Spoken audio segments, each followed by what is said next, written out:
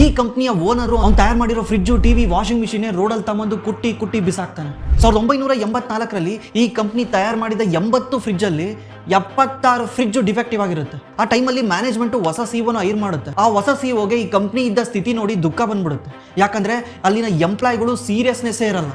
ಎಲ್ಲಿ ಸಿಗುತ್ತೆ ಅಲ್ಲಿ ಯೂರಿನ್ ಮಾಡ್ಕೊಂಡು ಈ ಕಂಪ್ನಿನ ಹಾಳು ಮಾಡಿಕ್ಕಿರ್ತಾರೆ. ಇವ್ರಿಗೆಲ್ಲರಿಗೂ ಪಾಠ ಕಲಿಸ್ಬೇಕಂತ ಅವ್ರನ್ನೆಲ್ಲರನ್ನು ಕರೆದು ಅವ್ರು ತಯಾರು ಮಾಡಿರೋ ಫ್ರಿಡ್ಜು, ವಾಷಿಂಗ್ ಮಿಷಿನ್ ಹೊಡೆದಾಕ್ತಾನೆ. ಕುಟ್ಟಿ ಹೊಡೆದಾಕ್ತಾನೆ. ಇದನ್ನ ನೋಡಿದ ಎಷ್ಟೋ ಎಂಪ್ಲಾಯ್ಗಳು ಕಣ್ಣಲ್ಲಿ ನೀರಾಕ್ತಾರೆ. ಮತ್ತೆ ಇದನ್ನೆಲ್ಲ ಚೇಂಜ್ ಮಾಡಬೇಕು ಅಂತ ಒಂದು ಡಿಸಿಷನ್ ಅಂತಾನೆ. ಆ ಡಿಸಿಷನ್ ಈ ಕಂಪ್ನಿನ ಇವತ್ತು 2 ಲಕ್ಷ ಕೋಟಿ ಕಂಪ್ನಿ ಮಾಡಿದೆ.